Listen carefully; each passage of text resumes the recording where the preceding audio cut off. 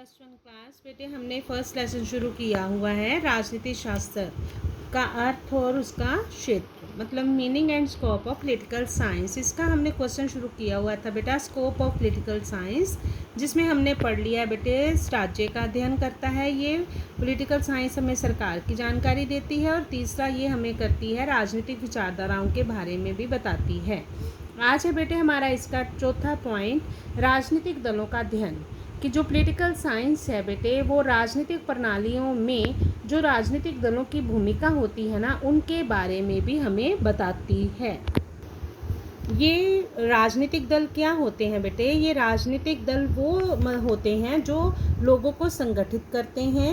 इनका काम है लोगों को संगठित करना और फिर उनके बीच राजनीतिक चेतना का प्रसार करना।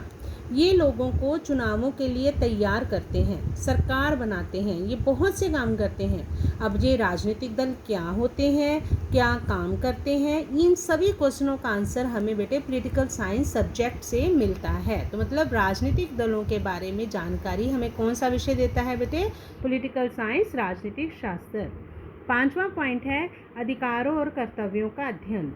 जो पॉलिटिकल साइंस है बेटे वो हमें बताता है कि व्यक्ति के कौन से अधिकार है और कौन से कर्तव्य हैं, मतलब उनकी स्टडी करता है, study of rights and duties. जो अधिकार होते हैं वो व्यक्ति के विकास के लिए जरूरी होते हैं, लेकिन अधिकारों का राज्य द्वारा स्वीकार किया जाना बहुत जरूरी होता है और एक अच्छे राज्य की पहचान होती है उसके द्वारा दिए गए अधिकारों से, जो वो अधिकार अपने लोगों को देता है। अधिकारों के साथ साथ बेटे कर्तव्य भी जुड़े होते हैं। अगर हम ये कहें कि अधिकार और कर्तव्य दोनों ही बच्चे एक ही सिक्के के दो पहलू हैं तो गलत नहीं होगा। इसलिए जहाँ पॉलिटिकल साइंस अधिकारों के बारे में बताता है नागरिक को, वहीं उसके कर्तव्यों की जानकारी भी हमें पॉलिटिकल साइंस से ही मिलती है। बेटे आपने मौलिक अधिकार, फंडामेंटल राइट्स और फंडामेंटल ड्यूटीज़ का चैप्टर किया है ना अभी, तो वो पॉलिटिकल साइंस में ही आपको पता चला है कि कौन से राइट्स हैं हमारे फंडामेंटल और कौन सी ड्यूटीज़ हैं। नेक्स्ट है चुनाव प्रणालियों का अध्ययन करता है। देखिए बेटे हमारा जो युग है, आज का युग है, उसमें प्रत्यक्ष लोकतंत्र के साथ साथ अप्रत्यक्ष लोकतंत्र भी है। ठीक है, दोनों तरह के होते हैं जिसमें शासन शक्ति का प्रयोग जो है लोगों द्वारा चुने गए प्रतिनिधियों द्वारा किया जाता है। अप्रत्यक्ष मतलब इनडायरेक्ट है, जिसमें सारी जनता शासन नहीं करती बल्कि जनता द्वारा चुने गए प्रतिनिधि शासन करते हैं, तो वो हो गया इनडायरेक्ट डेमोक्रेसी।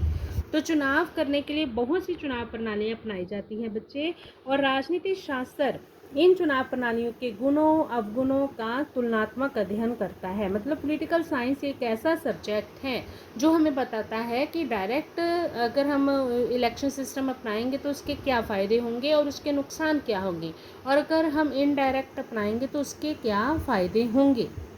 लास्ट है निष्कर्ष, कंक्लूजन।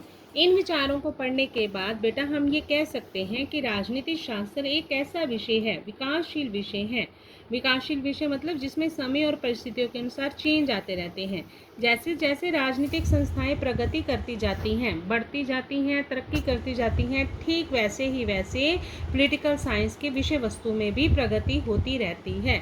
मतलब आज इसका स्कोप जो है वो बहुत वास्ट हो गया है बेटे। पुराने समय में जो पॉलिटिकल साइंस का सब्जेक्ट था वो एक पढ़ने वाले विद्यार्थी को सिर्फ एक स्टेट के बारे में और एक सरकार की जानकारी ही देता था, लेकिन आज ऐसा नहीं है। हमने देखा है ये कितनी सारी चीज़ों की जानकारी हमें पॉलिटिकल साइंस से मिलती हैं।